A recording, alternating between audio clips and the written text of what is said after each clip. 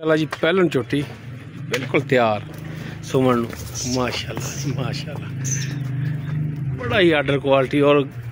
विरला लोग कहते हैं गिठ गिठ दियाँ ये फुट दियाँ वीर चेक कर लो माशाल्लाह जी फुट दियाँ विरला ने एक थान उधरले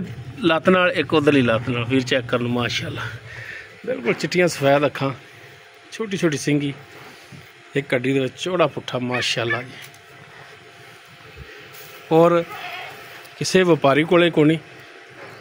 कर दी चोटी अगों बरीक पिछों माशाल्लाह चौड़ी सैड वाली विरला भी माशाल्लाह उवें भी चेक करना माशाल्लाह जी माशाल्लाह एक टोरी बाई पी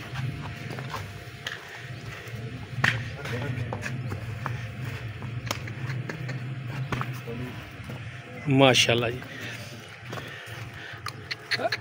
अच्छा आसो भाई ये पहला बार ने सुना है भाई जान कितने को दिन लै जाएगी? ये 10 दिन कट जाएगी छोटी 10 दिन कट जाएगी को 2 दिन पहले भी सो सकती पिछे भी चेक करना माशाल्लाह माशाल्लाह ये डेढ़ से पै ने छोटी ठीक हो गया वैसे 10 दिन पै ने 2 दिन पहले भी सो सकती है 2 दिन मजीद भी उत्ते लै सकती लेकिन उत्ते तो नहीं लैने गर्मी हैगी ते मूँह किवें को पता है कि वेखी नहीं कदे कोई नहीं जी अच्छा अच्छा वेखी कोई नहीं मूँह सही हो गया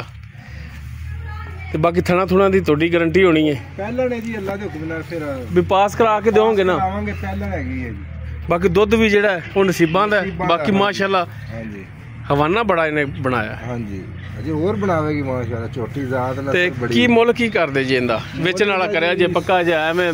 7 लाख ते 20000 रुपया जी 7,20,000 हाँ जी कोई शफकत मेहरबानी प्यार मोहब्बत कर लांगे कोई मौके ते कोई आया तो कर लांगे जी लो जी माशाल्लाह व्यापारी को 10 लाख रुपये की छोटी है जी पहला वारा इन्हें सुना और सुमन दे विच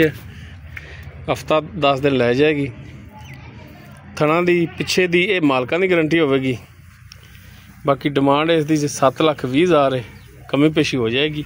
नंबर स्क्रीन पर चल रहा वीर राबता कर सकते हैं लोकेशन जी है वो आरी वाला तकरीबन 20-22 किलोमीटर तो होना जी 20-22 किलोमीटर के फासले 5 किलोमीटर के फासले ते झोटी खड़ी जनाब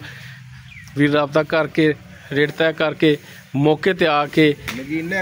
हाँ जी तसल्ली करके वीर ले जा सकते हैं इस दे नाल अपने वीर नूं दिओ इजाजत अल्लाह हाफिज़ जी।